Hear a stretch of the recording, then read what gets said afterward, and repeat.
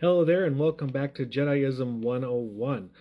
So we started the series with talking about what a Jedi realist is in current times. It is an individual who has chosen to take the philosophies, uh, lessons, code, and state of mind from the fictional Star Wars universe of Jedi, from the movies, the books, the series, the comics.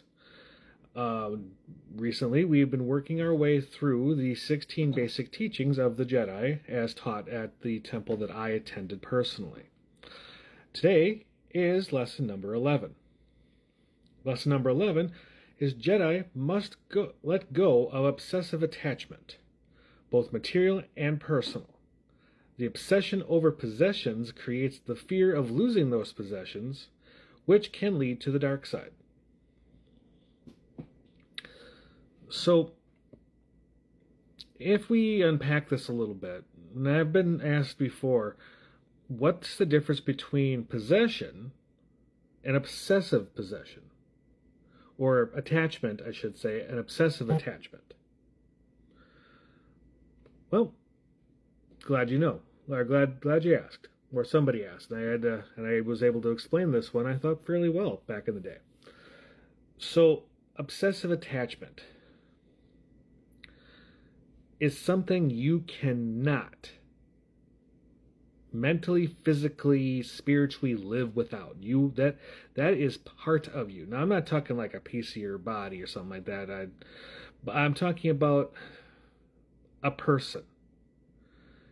I'm talking about your car. Anything that will absolutely make you lose your Smurf over the loss of. See, you can. This is a misinterpretation, from the Jedi code and such, where Jedi are not supposed to have any attachments. Whereas if we follow Luke's story in the Legends continuity, it was all about attachment for him. It was his compassion for his friends, his attachment to them, his need to save them, that proved to be the defining moment of who he was as a character and as a Jedi Master, and so on. It's his attachments that made him strong. In the Obi-Wan series, love it or hate it, I personally liked it. It had a little bit of slow going, but once it picked up, wow, it was good for me. But I'm not going to debate that with people. Everybody likes what they like. People like what and don't like what they don't like. It's what it is.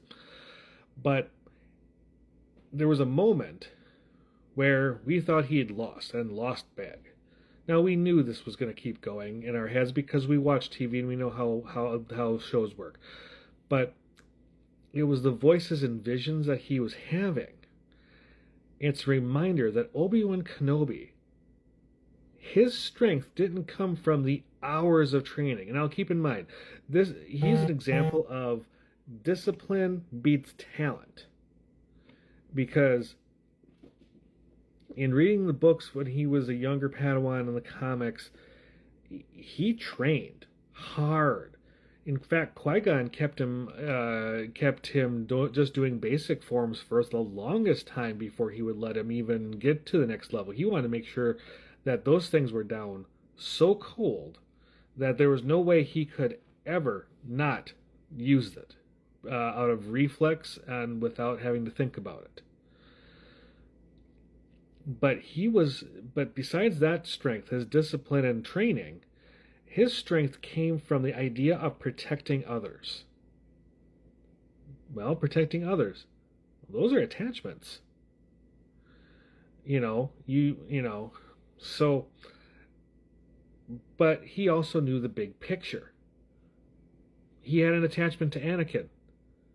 Well, regardless of his attachment, he went and did his duty.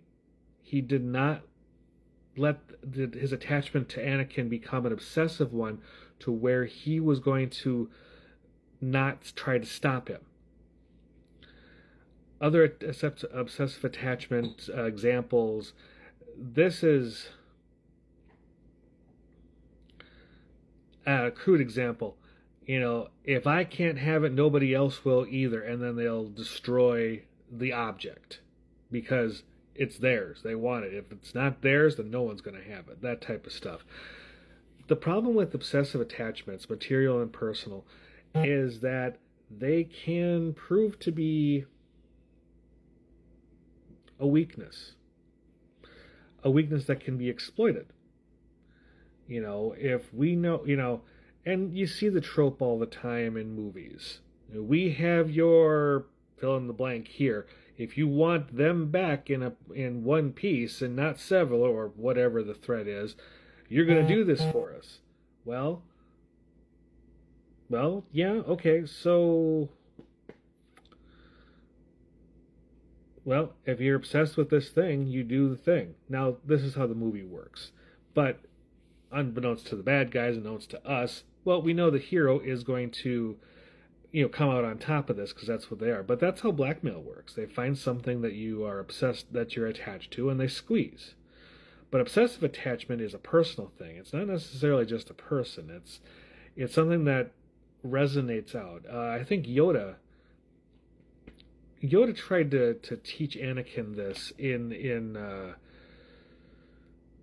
try to teach him this in the prequel movies, is train yourself to let go. You know, miss them, do not, you know, fear for them, do not, you know, because the rejoice that they've become one with the Force. He was attempting to say, yes, you're there. What he should have said is, okay, your feelings are valid, that's great, but you need to be able to focus away from your fears of that loss. Because if you fear to lose something and then you lose it, it'll wreck you. It will.